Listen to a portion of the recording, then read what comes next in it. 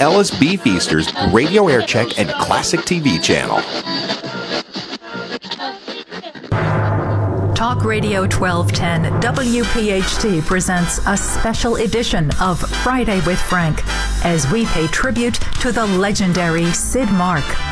For the next 2 hours, we hope you enjoy some of our favorite programs of the past 20 years. It's the music of Frank Sinatra, presented as only Sid Mark can. Ladies and gentlemen, Frank Sinatra and Sid Mark. All or nothing at all. The sounds of Sinatra. Strangers in the night, exchanging glances. Sinatra. The summer wind came blowing in from across the sea. Sinatra. Call me. Maybe it's late, but just call me. A Friday with Frank. Better than a junkyard dog. And again, we bid you welcome here on 1210 WPHT. It is Friday evening. It is January the 12th. It is 2007. The city is suffering from eagle frenzy. That all will happen down in New Orleans somewhere along the way tomorrow evening. And, of course, we will keep you abreast of that and then report on same on Sunday morning. But right ahead now, we've got the swinging sounds of Mr. S. And he still stays in the news. I would doubt that many of you, or maybe you do, go online and check out the various things that are happening. You're all familiar with Bono, I'm sure, from Duets 1 and his success, and the fact that he is a humanitarian in the group U2.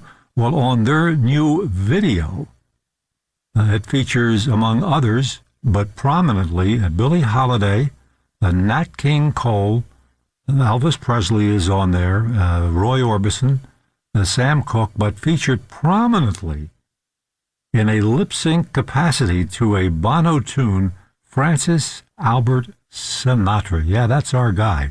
Vanity Fair, and talking about the music for Valentine's Day. List every artist you could possibly want, and then, of course, says nobody does it better than Frank Sinatra.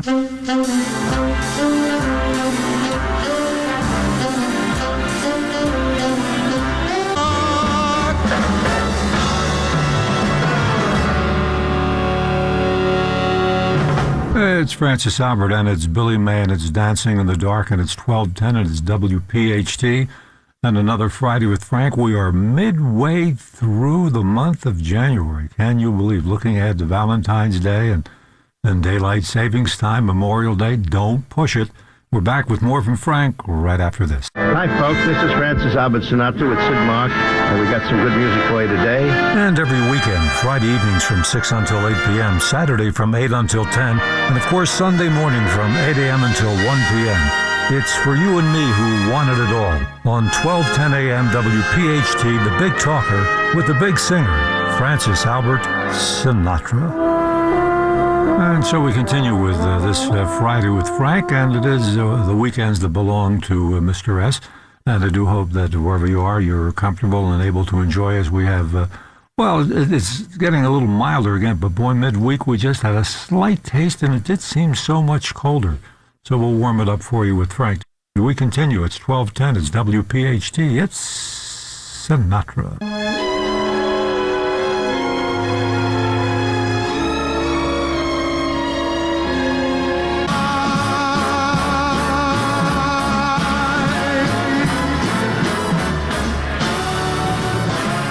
It's Sinatra here on 1210 WPHT on a Friday with Frank. And I do hope that wherever you are, you're comfortable and able to enjoy. Perhaps you're still in the car on the way home. So we'll be with you for the trip home. We'll probably spend the first hour of dinner with you. Maybe you'll have some vino and spend some time with that special person. Back with more from Mr. S. Right. Eastern on Odyssey. This is Frank Sinatra Jr., reminding you that you're listening to the one and only, the radio voice of Sinatra, Sid Mark. All right, thank you very Talk much. Radio 1210 WPHT. News this week was Frank Sinatra Jr.'s birthday. Can you believe he's 63 years old? It is so hard for me to believe this is the same young man that I met for the first time when he was working Palumbos. And his dad called and said, if you could go down, I would greatly appreciate it. I went down and we stood outside talking about the opening act for the show that Frank Jr. had found, Rodney Dangerfield. And then he said, I'd love to do the radio show. I'll come up and do it on Friday. At that time, I think I was on with Sinatra from 6 until 10. And Frank Jr. showed up around 4:30 in the afternoon, not unlike him. We sat and we talked, and I said, I go on at 6. He said, I'll go on at 7 after I see how you do the show. Can you imagine? Tell you more about that in a moment, but right now let's continue with Frank Sinatra.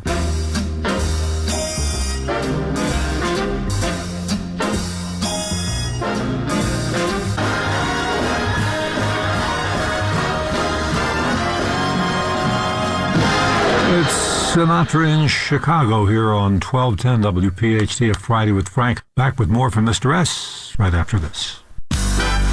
Talk Radio 1210 WPHT presents a special edition of Friday with Frank as we pay tribute to the legendary Sid Mark.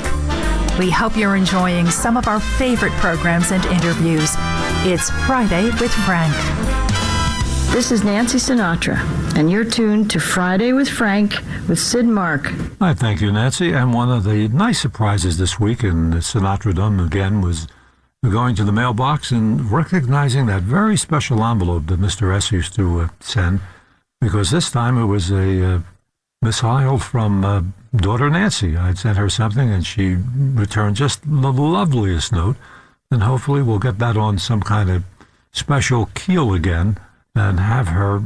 My thought was, wouldn't it be nice to invite her in town, not necessarily to have her come in and perform, but maybe a cocktail party where she could hang out with the people, and maybe we'd have one of our trios there playing all Sinatra music and a little light nosh somewhere along the way. Just a way of saying, hi, how are you, and what's doing with the Sinatra show. That was my first thought, but then again, I'm always thinking along those lines.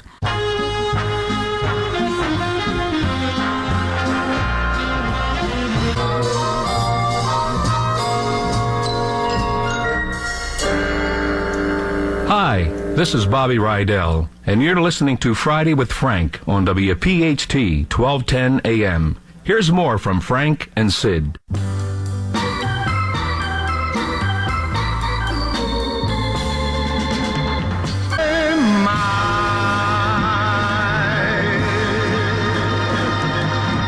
It's Francis Albert, and That's Life, 1966. Ernie Freeman, a different sound for Frank. Commercial, if you will, but the one that hit the charts and stayed there. Had the pleasure of seeing Frank introduce that tune for the very first time in Las Vegas in 1966 on my first visit out there, and as his guest. Talk Radio 1210 WPHT presents a special edition of A Friday with Frank as we pay tribute to our good friend, the legendary Sid Mark, and celebrate 65 years of Sid and Frank. Truly, the soundtrack of our lives. Once again, here's Sid Mark. And again, welcome here on 1210 WPHT, Friday evening, March the 16th. We're halfway through, but the weather forecast wants to remind us that we're just halfway through. I mean, we all got excited, including me, and I'm sure you, and Bart and all of us. I mean, with that midweek weather, I figured, motto on, it's over. Look at this, people wearing shorts and playing basketball outside, and the Phils will be home shortly, and then we realized that we're certainly not in charge.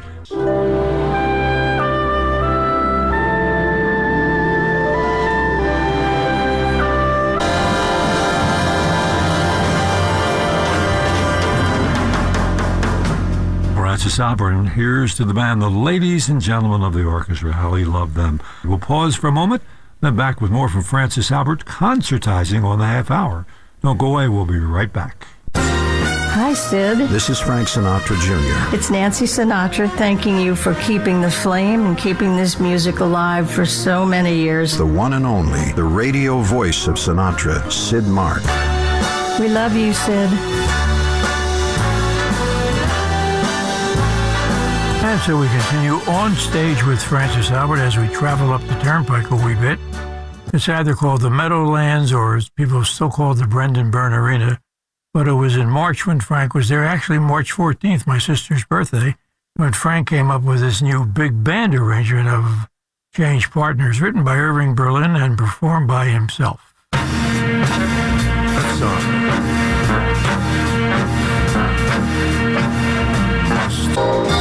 And so we take it on to the top of the hour. We'll pause. We've got the news. We've got the weather. Another full hour of Francis Albert on this weekend full of Sinatra. Of course, we have Friday, Saturday, Sunday morning at 8. My name is Sid Mark. It's 12:10. It's WPHT News, weather, then more from Sinatra.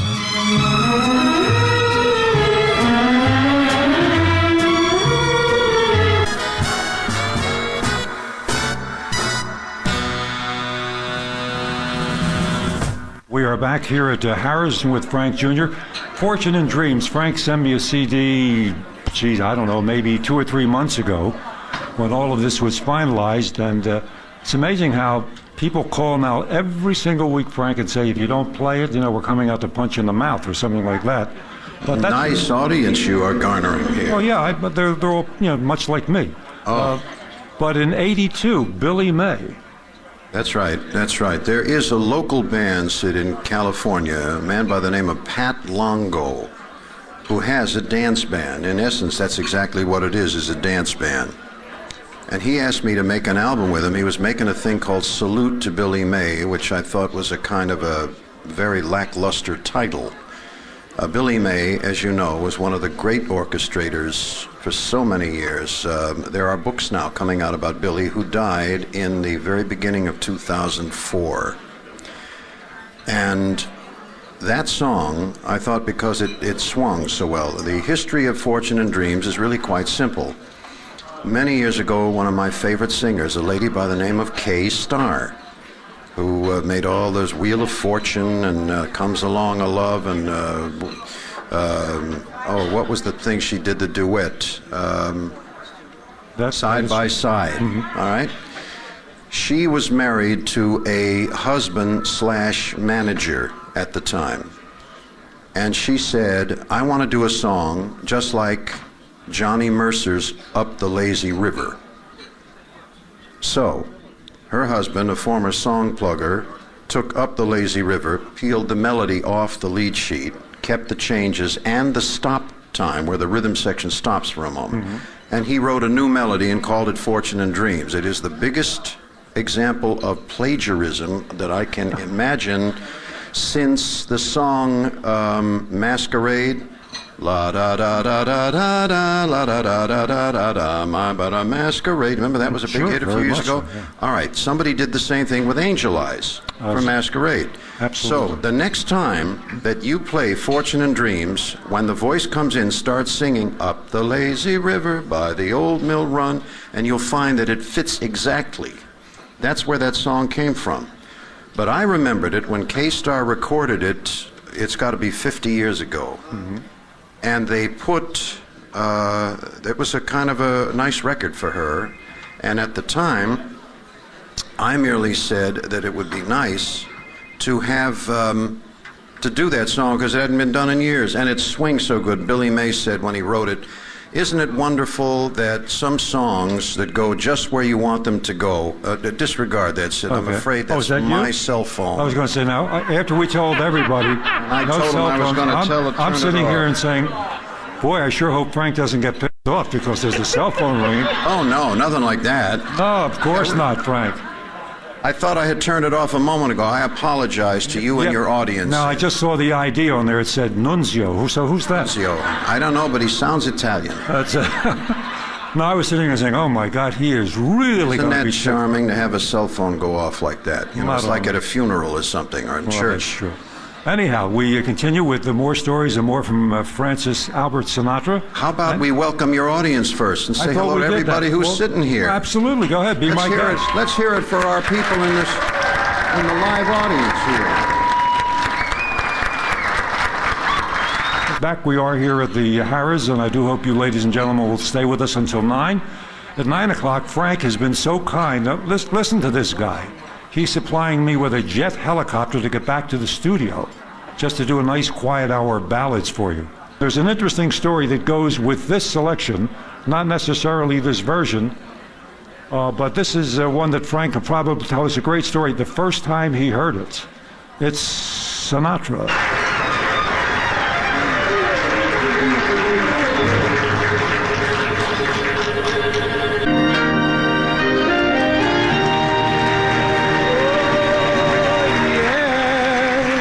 Truth be told, I didn't mean to play Dean Martin, but when I went to correct the error that I made, Frank said, no, let it play. He wanted to tell us a few Dean Martin stories, and I love them. Frank? That record brought Dean's career back when it became a hit, but the thing is that was, at the time that Dean recorded it, actually a very old song. Sinatra recorded that song in the mid-1950s.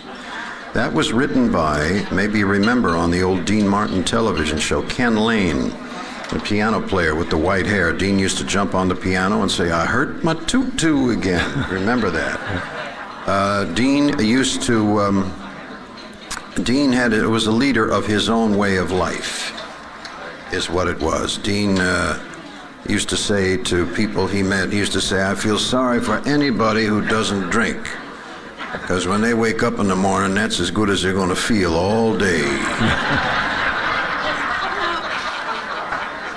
And I would say that I heard Gene Kelly, the great Gene Kelly, once introduce your dad by saying, "Here's a man who will have no successor." And we talked about this earlier this week. As I look now at, among other things, Las Vegas, Nevada, there's no Sammy, there's no Dean, there's no Frank. There's no Ella, there's no Basie. No, but it's another world now. Mm-hmm. It is another world now. The generation that is in now is not looking for that kind of thing anymore. And the hotels in Las Vegas do not hire on a longevitous basis entertainers to repeat over and over again as they used to. If they have some singer 1 month and they never see that singer again, bring in a bunch of new singers every other month, that's fine with them. And yet, when we had an opportunity, the management came to me and said, "Well, we're going to do the 50th anniversary because God knows if you'll live to the 51st. Nice talk. No, they were looking at the X-rays, Frank. And they said you can have... But they were looking at the X-rates? No, the X-ray. Oh, the all X-rays. You know. Oh, all right. As a matter of fact, Frank, for the 50th anniversary, has given me a lovely gift, a gift certificate for a colonoscopy. I think it's very moving. Thank you. I appreciate it. You believe that here in the studio audience. I hope you didn't buy that jet helicopter story either.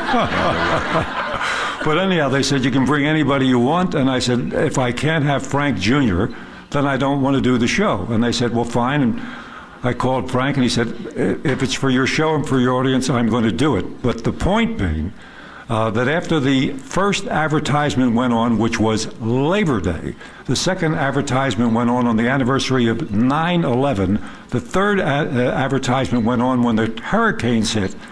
All of the Golden Circle tickets sold out in 1 hour. The rest of the tickets were gone in a total of 3 weeks. And the people from Harris said this was the biggest single advance they had for an artist. And they've been here for quite some time, so I think accolades to Frank Sinatra Jr., ladies and gentlemen. It isn't my radio show that's celebrating a 50th anniversary. I think it's an accolade for the fact that people enjoy your radio program, Sid. You're kind of a famous person in this part of the world here. Sid did me a courtesy one time when I was appearing, which really was quite a milestone for any entertainer. I was appearing at Carnegie Hall in New York, and Sid introduced me that night. And I said, if there's going to be somebody introducing me, there is a tradition in concertizing of singers that make popular music. You always have that radio voice that people know so well to do the introduction. Then they get finally to put a voice and the face together. Sid said it was the only time he ever did a radio intro wearing a tuxedo that night. That's true. But he did that for me, too, the night I played at Carnegie Hall, which is something. And that very evening, there's another story, but Frank probably wouldn't tell you, but I would. There was a 3-day affair. I guess it was it a 60-piece, 50-piece orchestra? It was huge. It was a small symphony. A small symphony orchestra, and Frank was closing the show. and there was an MC who was introducing all the acts, and when it came time to close the show, he, for some reason or other, refused to introduce me because he saw me, I guess, as competition, which I'm not. And I said to Frank, well, what would you suggest I do? He said, just walk out like my dad. And I did, and it was glorious. And any of you folks going to be here tomorrow evening as well? Well, maybe we can try to recreate that as part of your show. Old Man River, are you going to be doing that tomorrow evening? That is in the menu per your request. Well, that is in the menu ought to be tomorrow quite night. special. Yeah. Talk Radio 1210 WPHT presents a special edition of Friday with Frank as we pay tribute to the legendary Sid Mark. We hope you're enjoying some of our favorite programs and interviews. It's Friday with Frank. And back we are with Frank Sinatra Jr. live from Harrah's, and this is the 50th anniversary. It actually was November the 11th of 1955 when we got things underway. And Frank was just reminding me, and I should remind you, because there's something more than a radio show being commemorated today, and that is, I always remembered it as Armistice Day before it turned out to be Veterans Day. That is correct. When I was a kid, today was Armistice Day. When you were a kid, you realized that Frank, when I started on the air, Frank Sinatra Jr. was 11 years old. And now look at the two of us. This afternoon, I was shopping downtown here, and a woman in a department store made me. She recognized me, and she said, "You're Frank Sinatra Jr., you're a singer." I said, "Yes." She said, "What are you doing in town?" I said, "I'm doing Sid Mark's 50th anniversary radio show." She said, "Well, I know the show. You've been on that show before, haven't you?" And I said, "Well, yeah." She said, "When did you first do Sid's show?" Now, I had to think. I was on your program at Philadelphia, I would say the first time, it has to be over 40 years ago. You were 19 years old. And she said to me, "What were you then?" And I said, "A young man." We have a picture of that's going to be in the program. Now I got one pair of glasses to show me where the other pair is. Who else is a member of that club, I wonder here? I thought so, yes. Well, then I may as well just say, I remember when I met Frank Jr. the first time we were standing outside of Palumbo's. You were there with a kid named Rodney Dangerfield. You said to me, "Wait till you hear this guy." And at that time, Rodney Frank Dangerfield, yeah. You and I were talking about, well, we used to talk about different numbers then. Now you say, "Boy, look at that girl, 34, 24, 34. And today I saw... She was younger than that. Yes, but today when I saw you, you said, "What's your PSA and your cholesterol numbers?" That's right. Yeah. That's about it. So obviously we've changed. Here's another first for you. Frank has a new CD coming, I'm hoping, I guess, May of next season? I believe it'll be before that. Okay. I think it'll be a little bit before that, yes. And you're going to have another side on there. I mean, it's going to be primarily Frank Sinatra Jr. and some things you have heard before, some things you've not heard before, but a duet along with Steve Tyrell on yours as well. Right. Steve said that he would do a duet on my album since I was doing one on his, you know, is what it was. So we have taken, on the new album, it's going to be the old Neil Hefti song, Girl Talk. Oh, I like that. Bobby Troop. Right, but don't expect Gloria Steinem to play it, or any of the feminists don't like that tune. It is a bit chauvinistic. Are we aging ourselves by doing this? I'm afraid we are, but that's why that we've changed the lyric on that song a little bit, bring the girls a little bit more modern. But I don't expect to see Britney Spears and Frank Jr. appearing anywhere together or doing duets. No, but we did make a deal with Paris Hilton. Well, along with the video? No, that wasn't me. There's a new one out, Frank. I could have sworn that wasn't me. Was I know. From the back. I wasn't sure. That wasn't me. I don't wear that color socks. Our guest is Frank Jr. There's one that I meant to play earlier because I wanted to get Frank's reaction to the very first time he heard it, although not this particular selection from the time period. I'm only guessing that this is going to be it because I have to tell you the truth. With my glasses and the way we're looking on to the wrong side of the machines, well, I'll give it a shot.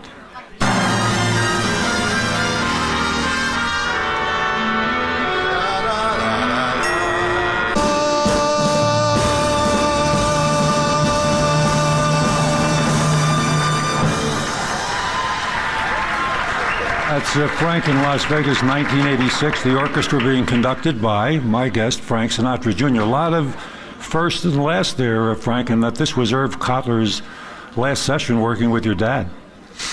No. So that, No? if that was 1986, that was not my conducting Oh, then. I thought it was. No, I joined the company in 88, but... That's what I said. That wasn't you. Oh, that's right. Well, Why would you think it was? I don't know. It's just one of those things, No, but you tell a great story about when you were a young man, when Frank Sinatra first recorded World on a String, coming out of all of those things with Columbia and people saying, yeah, it's over, Well, you're getting into musicology now. So you know what they say? A musicologist is a person who can read music but can't hear it.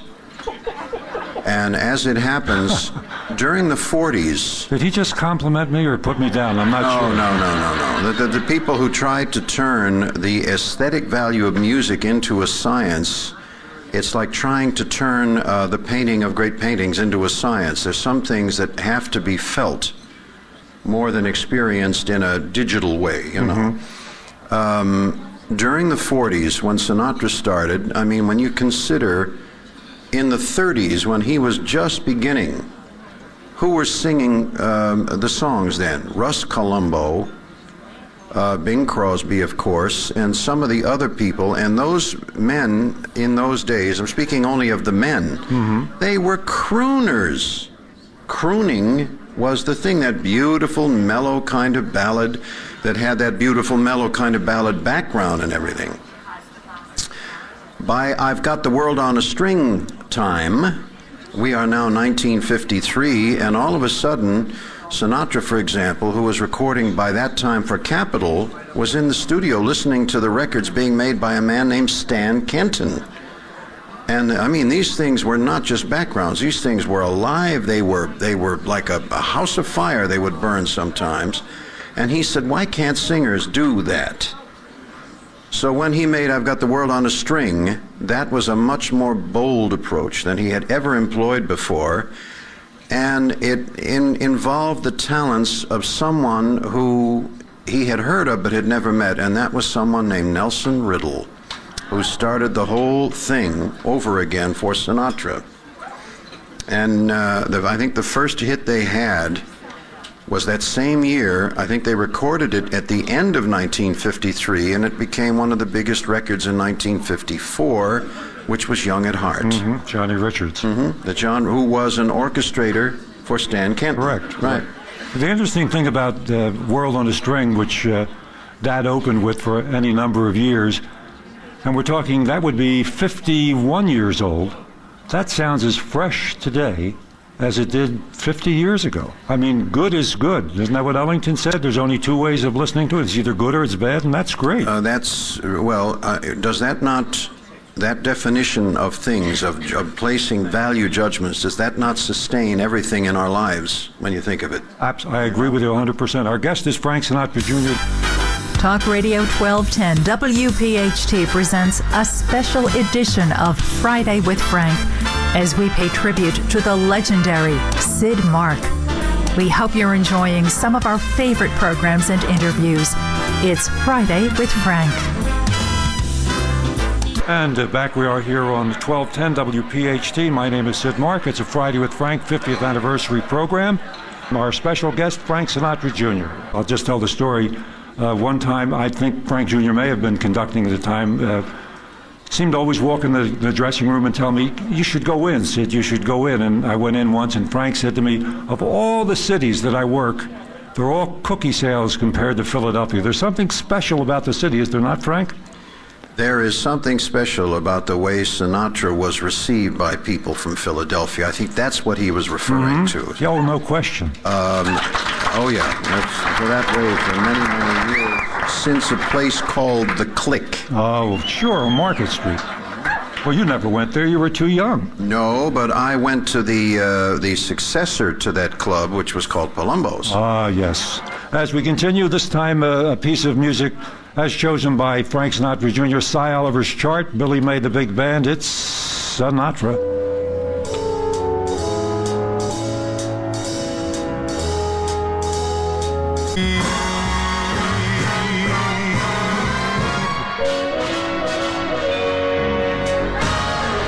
It's Francis Albert and Cy Oliver, Billy May, and there was something a little bit different about this particular LP when it came out, was it not, Frank?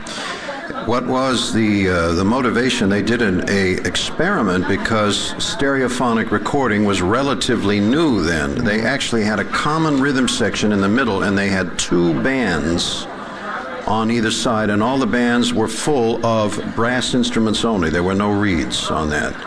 And Cy Oliver wrote that song many, many years ago, and Billy May just did a roaring arrangement for it at the time.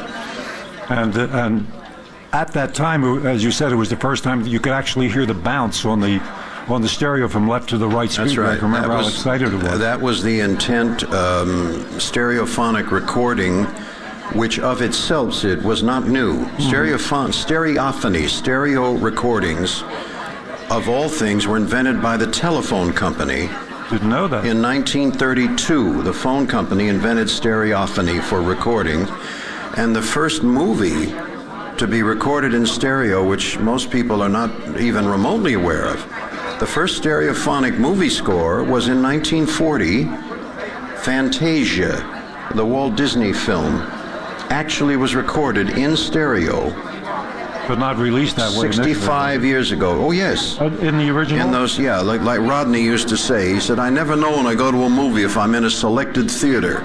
You know, they say that at selected theaters you're going to have the. Well, he said, I don't know when I'm in a selected theater. At selected theaters in 1940, Fantasia, the music for which was the Philadelphia Orchestra with Leopold Stokowski, was recorded in 1938, and the Disney engineers went to a very young Walt Disney and said, we can record stereo. And he said, what? They said stereo, so that the sound from the left of the stage is going to come to your left ear. The sound from the right of the stage will come to your right ear. He said, is it good? And they said, this is the future. He said, make it work. Make it so, like Captain Jean-Luc Picard on the Enterprise. Make it so, he said. And stereo didn't hit phonograph records until, I want to say, 1957. So there was a label called Audio Fidelity, and they had those things doctored for stereo at the time. Persuasive percussion, remember, in the 50s? Sure, very well. Well, the attitude with the Frank Sinatra swing and brass you just played was to try to encourage people to buy stereo record players, because prior to that we all had, and I'm sure you remember, a hi-fi. Yeah, sure. We had a hi-fi, but Capitol had gone at that time into the phonograph business as well as making the records, and they were making a stereo record player, so they wanted to sell them. I remember the first time the owner of a station came in and said to me, would you like to try FM? I thought it was a drug. I was very anxious to try that. When it started, I think they called it static-free radio. And we call it a Friday with Frank. It's our 50th anniversary celebration. Thank you all, ladies and gentlemen. Thank you. Thanks, Frank. Terry. Thank you, sir. Sleep warm, everybody.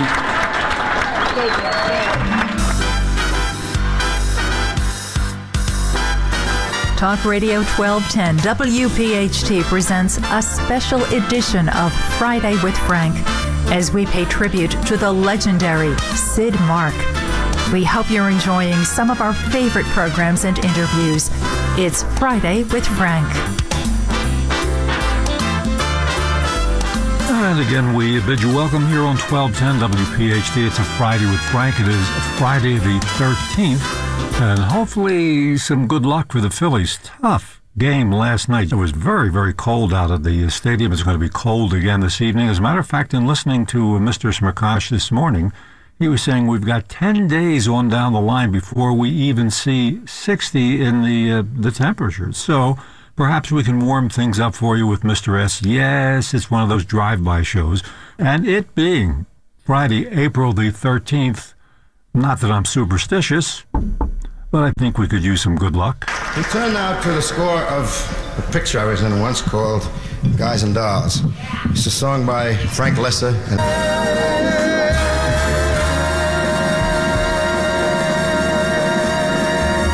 Of course, we heard from Dad, Frank, doing Luck Be a Lady, recorded live in Vegas in 1966, and then the most recent from Frank Jr. Now you're saying, why in such a short period of time are you playing Frank Jr.? Because something very interesting happened You probably didn't read about it on any of the newspapers. It wasn't on any of the television shows. But this past Monday and Tuesday, you know, something was happening at, what was it, Rutgers University in New Brunswick? Having nothing to do with the basketball team or anything to do with Don Imus. Frank Jr. was appearing there. It really got lost in the shuffle. He came in on Monday and taught master classes to the school musicians, and then on Tuesday evening, before a packed house, did a concert with all of the student musicians, rave reviews, working with the Hot Band. I thought you should know that. And in the meantime...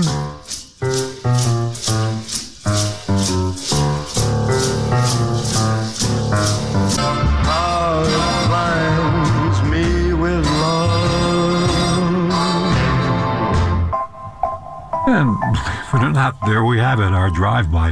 With that in mind, I thank you so very much for joining us for these few minutes. It was enough for what, one glass of wine and maybe some pizza? So enjoy. Look forward to the pleasure of your company. Let's make it around 8 o'clock on Sunday morning. And just in case you forgot, because it's been such a short period of time, my name is Sid Mark, and his name is Frank Sinatra. Ladies and gentlemen, as I usually say at the close of most programs, I wish you everything you want in life for yourselves and your families. Lots of hugging and kissing and sweet dreams. And God bless. God bless you, Frank Sinatra. I love you. I love you too, Sidney.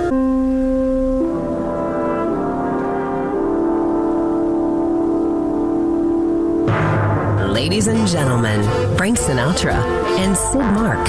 And again, we bid you welcome here on 1210 WPHT. Join us as we pay tribute to the legendary Sid Mark. Ladies and gentlemen, it's Sinatra. Come fly with me, let's fly away. Listen to a special edition of Sunday with Sinatra. Sunday morning, 11 to 1. From Talk Radio 1210 WPHT. Pennies from